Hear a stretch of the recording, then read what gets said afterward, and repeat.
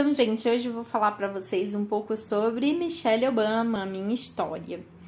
Gente, é um livro super legal que conta a história da primeira-dama, da ex-primeira-dama dos Estados Unidos, a Michelle Obama. E aí começa com toda a história dela, né? E aí você percebe já desde o início o quanto ela é dedicada, o quanto ela é comprometida com a vida dela. E ela vai contando primeiro pequenos detalhes, tipo, a tia dela morava na casa de baixo, então eles moravam, tipo, em duas casas, assim, pelo que eu entendi, era como se fosse um sobrado. Então tinham duas casas, uma em cima da outra, e embaixo morava a tia, que era professora de piano, e ela fazia aula com a tia, e a tia querendo ensinar um método, e ela muito teimosa, querendo seguir o método dela, até o dia que foi pra apresentação, e ela deu uma travada, e a tia foi ajudar. Ela conta também algumas histórias de quando ela estava na escola e a escola não era muito boa, tinha umas turmas que eram muito bagunceiras, a professora que não era muito comprometida, e isso no primeiro ano. E aí ela conversa muito com a mãe e a mãe acaba indo à escola e pedindo para mudar ela de sala e ficando em cima. E isso acaba dando outro destino para a vida dela. Então ela vai contando um pouco sobre a vida na periferia, vai contando também um pouco sobre como foi, né, a sua adolescência, os primeiros namorados, as amigas, como é que foi o processo de ingressar no ensino superior e ela vai para Princeton. Então ela fala também sobre a faculdade e fala sobre, né, como era ser uma mulher negra chegando da periferia e como é que era a mudança, né, porque as pessoas tinham medo da periferia e acabavam indo para outros bairros e os bairros ficavam cada vez mais à mercê. Então ela vai contando tudo isso dentro do livro, né?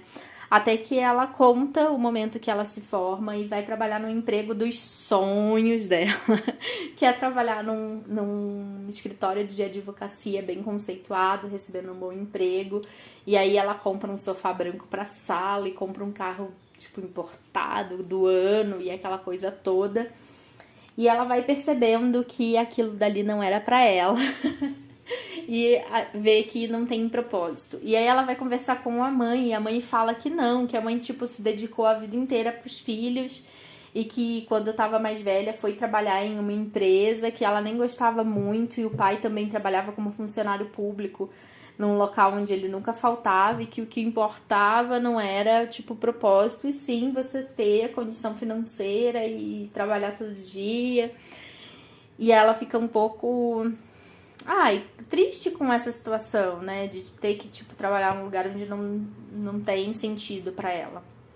E nesse local é onde ela conhece o Obama, que ele, na época, trabalhava como um associado e, tipo, vinha de Harvard, tipo, era um cara super, super conceituado dentro do negócio, e eles acabam ficando juntos, e ela vai contando um pouco também sobre a história do Obama e o quanto ele apoiou ela a sair do local onde ela estava e ir buscar os propósitos dela, e ela acaba indo trabalhar num lugar onde ela recebia bem menos, mas que ao mesmo tempo ela tinha lá toda a sua, né, seu propósito realizado e tudo mais. E aí ela também vai contando a respeito da maternidade, de como foi ter as filhas, de como era trabalhar um cara que era, tipo, super workaholic, que também estava sempre lendo, que estava estudando. Em até alguns momentos, embora ela não fale, eu sinto que ela se sentia um pouco sozinha também, porque ele estava sempre enfilhado lendo, né? Tava sempre nas vibes dele. Ela conta também um pouco sobre como foi ir conhecer a família dele que morava no Havaí, também como a família dele que morava na África, como é que foram esses momentos, até que eles se tornam, né, presidente da nação mais importante, ela a primeira dama, e como é que foi essa adaptação de tudo estar com serviço secreto, de não ter liberdade para fazer as coisas que ela queria, então às vezes nem fazer a leitura dela do lado de fora de casa ela podia.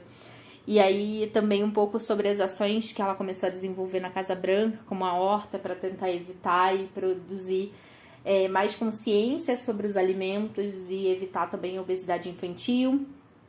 E ela vai contando, tipo, várias histórias bem engraçadas. Inclusive, tipo, perrengues que ela passou, tipo, várias dor do pé de ficar tantas horas de salto em solenidade, ou de esquecer de comprar gorro para as filhas no dia que tava nevando. Então, assim, algumas coisas bem simples, até de gafes com a rainha e como ela tietou o Mandela. Então, tipo, tem várias histórias super interessantes e eu acho que é bem legal, principalmente para quem tá querendo viver uma vida com mais propósito.